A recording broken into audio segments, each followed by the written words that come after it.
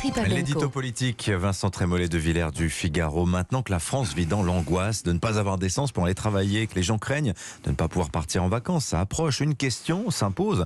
Mais pourquoi personne n'a vu venir ce mouvement dans les raffineries ? Ben oui, une fois encore, les visionnaires n'ont rien vu. Pourtant, ils sont intelligents, ils pensent à 30 ans, fin du monde plutôt que fin du mois, refondation, commissariat au plan et tout le tout team.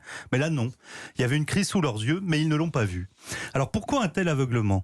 Les uns s'en prennent à l'absence de réaction des préfets. Les autres expliquent que cette crise était disparate. Vous comprenez, il n'y avait pas d'essence à Lille, mais il y en avait à Bordeaux, donc ça allait s'arranger. On a aussi accusé Total de dissimuler les choses. Alors accuser Total, c'est facile, c'est pas cher, et ça rapporte toujours. Très bien. Mais tout ça, c'est quand même un peu court. Alors à mon tour d'avancer une hypothèse, ou plutôt de poser une question. Cette question, c'est la suivante. Qui a l'habitude de faire le plein d'essence parmi les ministres, leurs conseillers et même les journalistes ?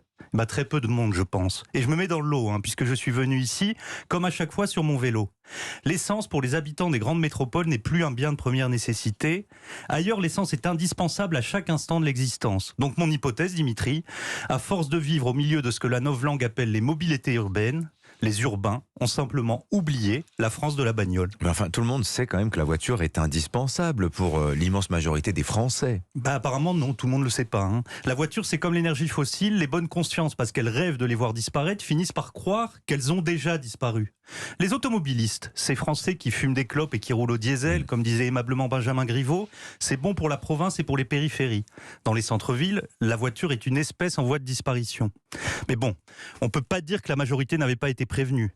80 km plus taxe carbone égale gilet jaune, c'est quand même pas très compliqué à retenir. On peut rappeler enfin que Marine Le Pen a tenu toute la campagne sur la pompe à essence. Mais bon, perseverare diabolicum, la Macronie a cherché partout où couvait le feu social, sauf à la station-service. Ça s'appelle la déconnexion. Et on trouve la même déconnexion du côté de la France insoumise. Sandrine Rousseau, en soutenant la CGT, pense épouser la cause du peuple, mais elle ne voit pas que les gens ordinaires, la majorité silencieuse, ce sont pas les bloqueurs de raffinerie, mais ce sont les Français en voiture qui cherchent du carburant. Mais enfin, limiter le nombre de voitures, passer à l'électrique, c'est le sens énergétique, le sens écologique de l'histoire, Vincent ? Moi, je ne crois pas que les Français aujourd'hui cherchent le sens de l'histoire, ils cherchent la direction d'une station-service qui ne serait pas à sec. Et puis vous savez, devant les files hallucinantes de voitures qui attendent de faire le plein, les pouvoirs publics feraient bien de réfléchir. Je vous rappelle que les voitures thermiques seront interdites à la vente en France en 2035, c'est-à-dire dans 13 ans. Je ne sais pas bien si les technocrates qui ont planifié cette décision mesurent qu'ils ont programmé une bombe à retardement économique et social. Alors même s'ils sont toujours clairvoyants, il vaut mieux les prévenir, 2 sûretés valent mieux qu'une. Au-delà du périphérique, la voiture, c'est un objet politique inflammable. Merci beaucoup Vincent Trémollet de Villers. Je signale la une du Figaro ce matin, 2 ans après l'assassinat de Samuel Paty. L'école toujours sous la menace islamiste, c'est aussi notre vendredi thématique. En ce vendredi, dans moins de 10 minutes, nous irons d'ailleurs faire un tour au collège du Bois d'Aulne de Conflans, l'établissement de Samuel Paty. Merci Vincent. Merci Dimitri. Bon week-end, 7h57. C'était l'édito politique avec le portail